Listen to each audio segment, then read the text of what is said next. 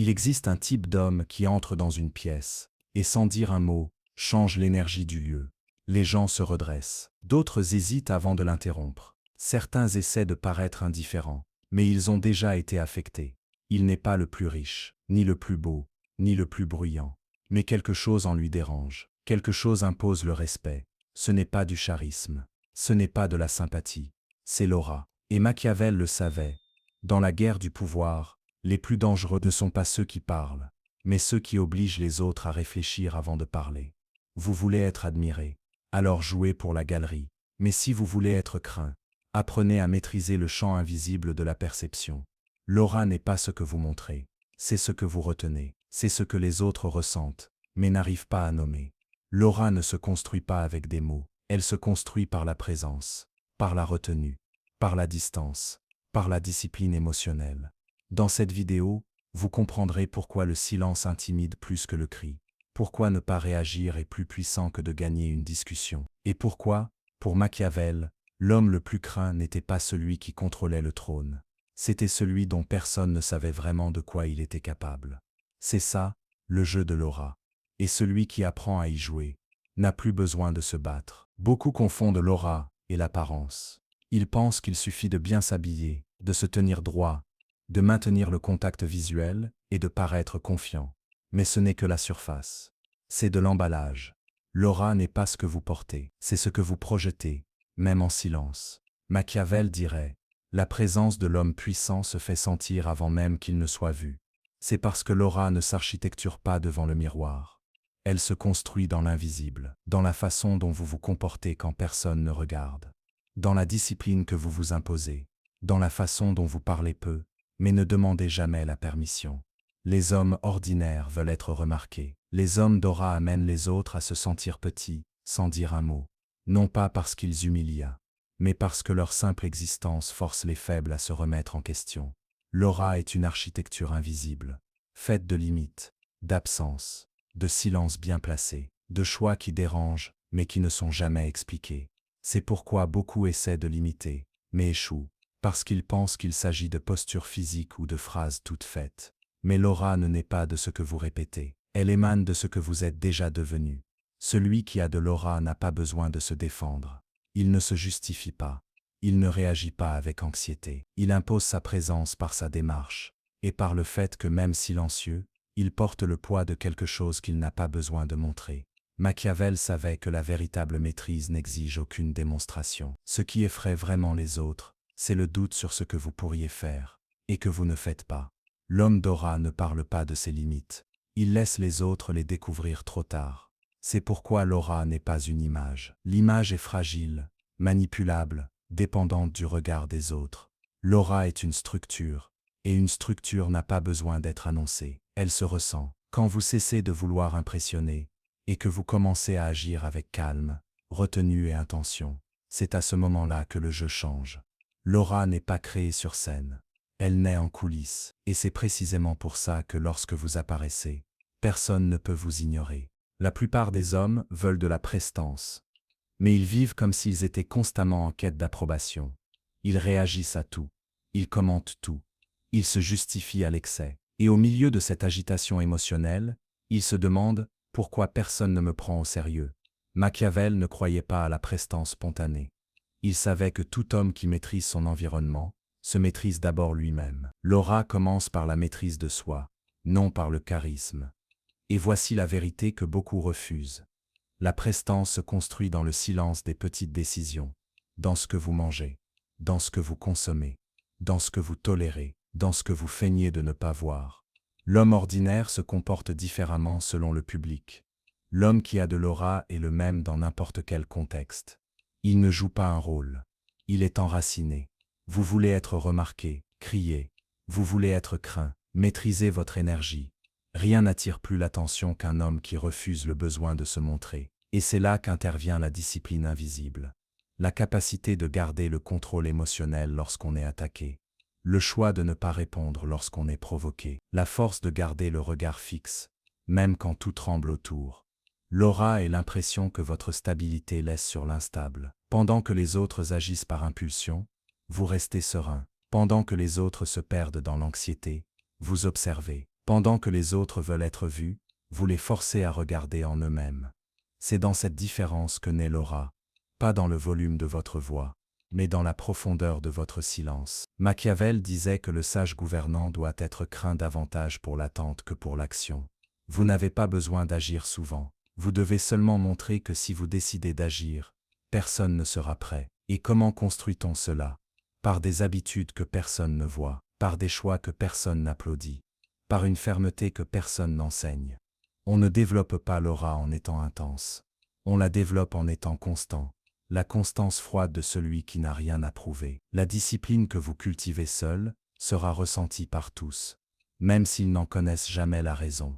Et quand votre présence portera ce genre de poids, vous ne serez plus simplement écouté, vous serez jaugé. Et les hommes qu'on jauge en silence sont les seuls qui n'ont jamais besoin d'élever la voix. La présence impressionne, mais l'absence perturbe.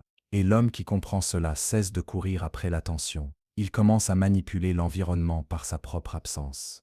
La plupart des gens mesurent la valeur de quelqu'un à la fréquence de ses apparitions. Mais Machiavel y voyait autre chose. La rareté augmente la valeur. L'absence crée la mythologie. L'homme qui est toujours disponible devient prévisible. Celui qui se justifie sans cesse devient banal. Celui qui répond toujours vite devient contrôlable. Mais celui qui disparaît, sans préavis, sans drame, sans explication, devient un point d'interrogation. Et un point d'interrogation bien placé peut être plus puissant que 1000 déclarations. L'absence, lorsqu'elle est bien calculée, active l'insécurité des autres. Ils commencent à se demander « Ai-je fait quelque chose de mal? Pourquoi n'a-t-il pas répondu? À quoi pense-t-il en ce moment? » Vous n'avez rien à dire.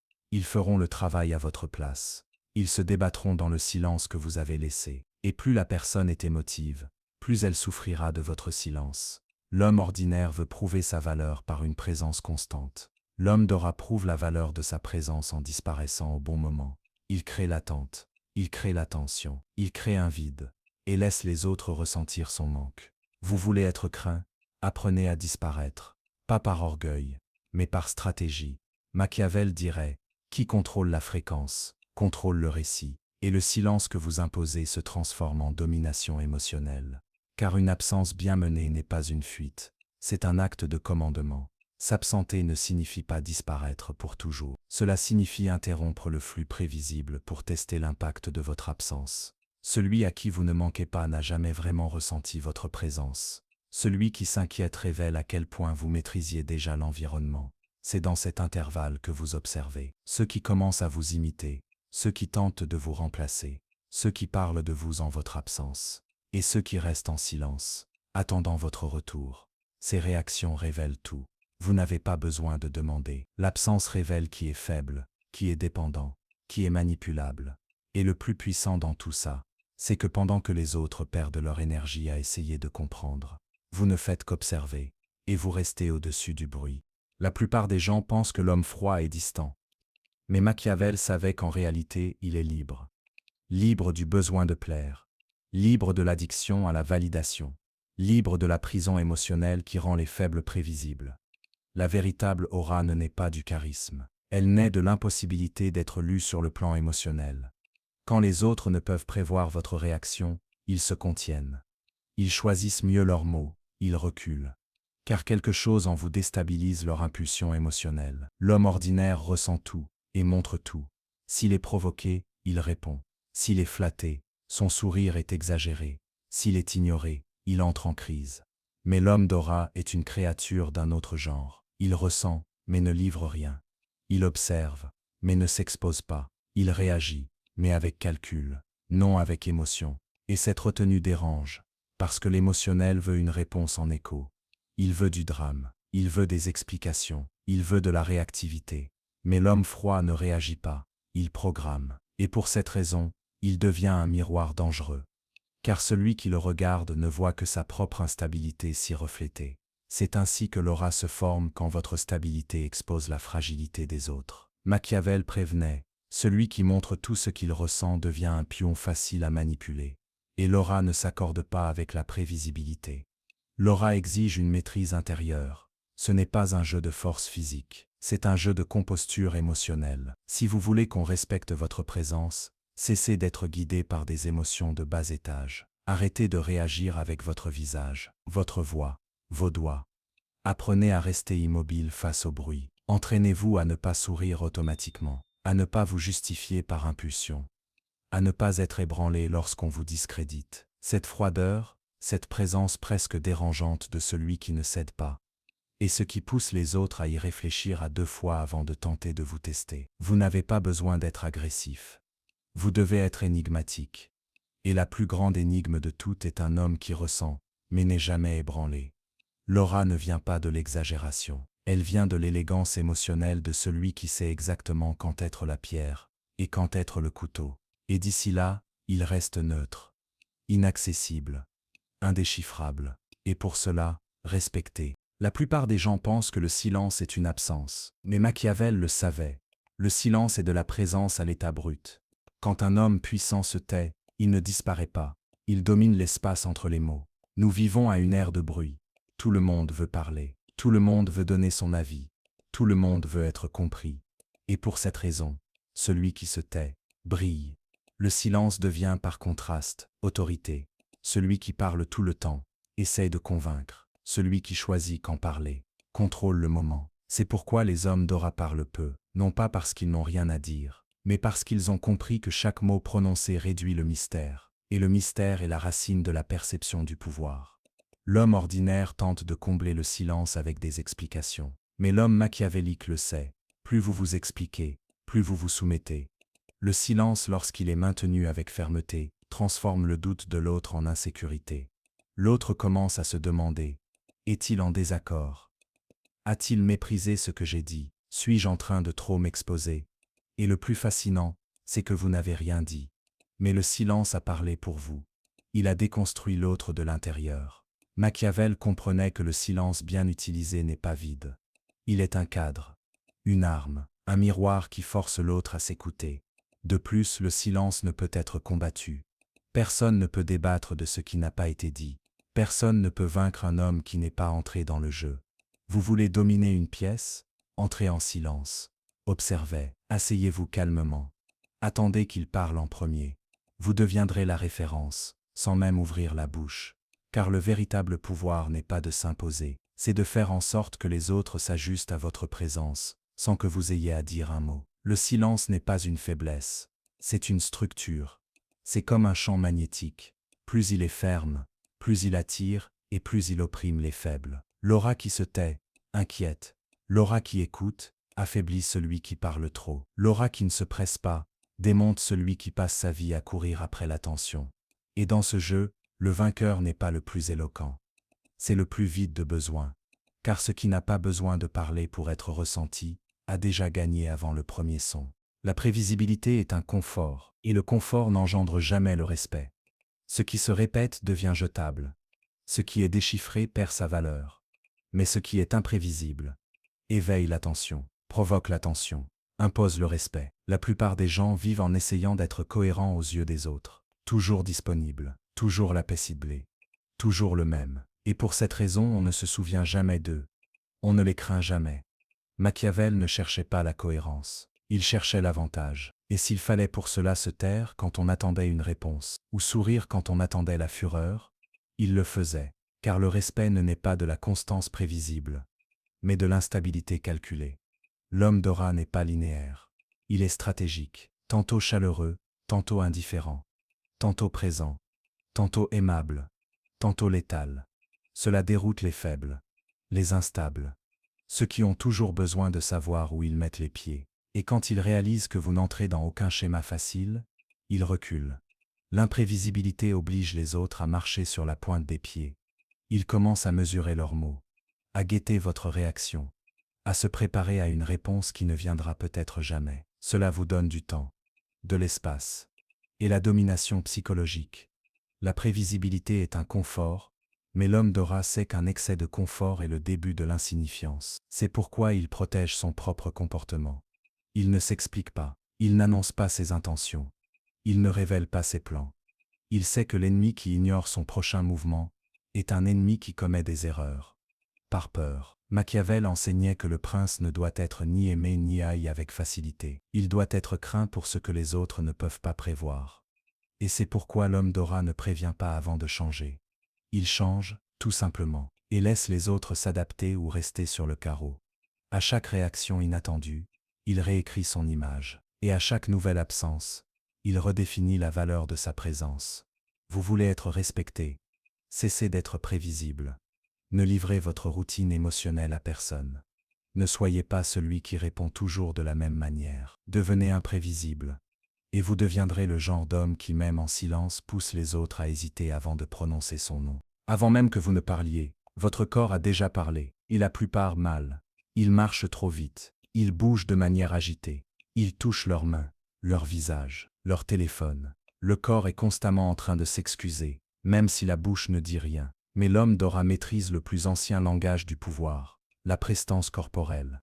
Machiavel observait que les princes qui régnaient avec fermeté avaient une chose en commun. Ce n'était pas la taille, ce n'était pas la carrure, c'était la retenue des gestes, l'intentionnalité des mouvements, la façon dont ils occupaient l'espace avec calme, sans anxiété, sans hâte de plaire. Le corps d'un homme révèle où vit son esprit. Le corps accéléré révèle l'insécurité. Le corps agité révèle l'anxiété. Mais le corps qui se meut avec précision révèle l'autorité. Et l'autorité ne crie pas, elle marche, d'un pas ferme, avec des yeux qui ne se perdent pas, avec une colonne vertébrale droite qui n'a pas besoin d'être arrogante pour être imposante. Les hommes ordinaires entrent dans un lieu et demandent l'acceptation avec leur corps. Ils essaient de paraître sociables.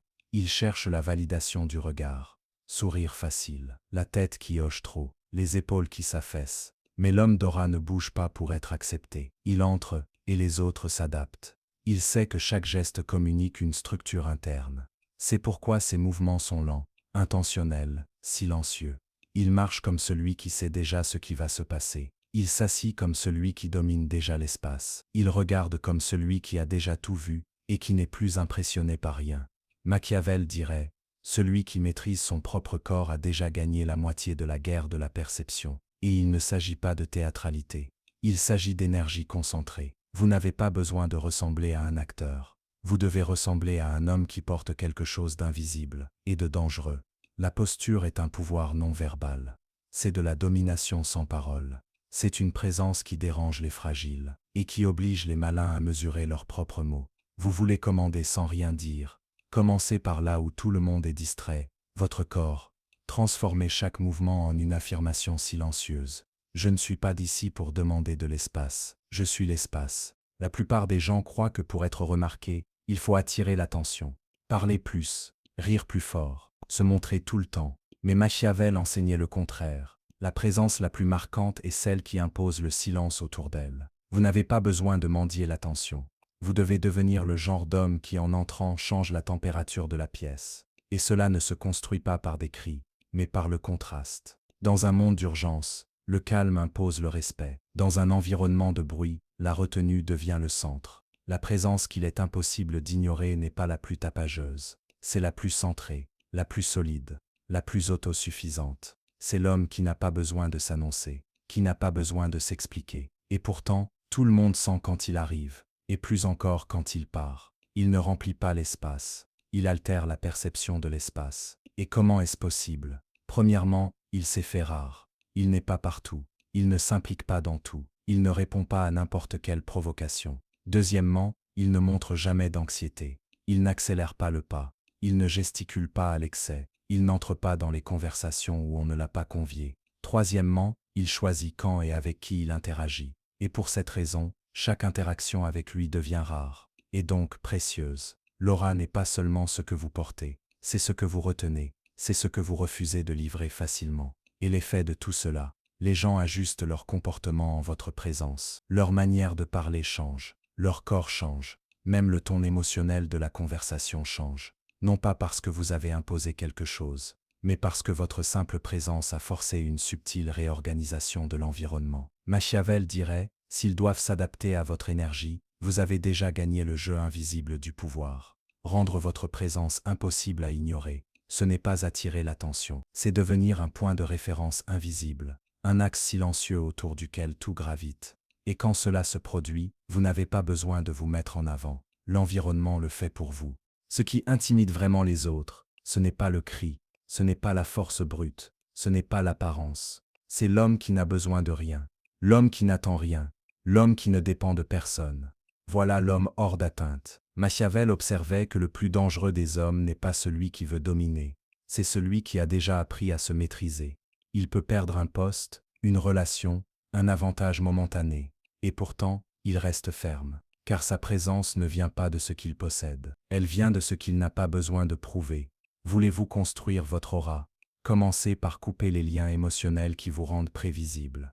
Le besoin d'approbation, la soif d'applaudissement, l'addiction à la réciprocité. Tout cela vous rend faible, même si vous le dissimulez bien. La véritable prestance naît quand vous pouvez vous retirer sans drame, rester en silence sans culpabilité, agir sans explication, disparaître sans perdre votre structure. Ce genre d'homme provoque un malaise car il n'entre pas dans les jeux émotionnels. Il ne réagit pas au chantage. Il ne s'engage pas dans des querelles infantiles. Il ne se compare pas. Il observe simplement et continue son chemin. Et c'est là que l'aura atteint son plus haut niveau, car personne ne peut le manipuler. Et ce qui ne peut être manipulé est naturellement respecté ou craint. Machiavel dirait que le véritable pouvoir réside dans le fait de ne pas avoir à riposter. Le monde s'incline, non pas parce que vous l'exigez, mais parce que vous restez inébranlable là où les autres s'effondrent. Voulez-vous devenir hors d'atteinte?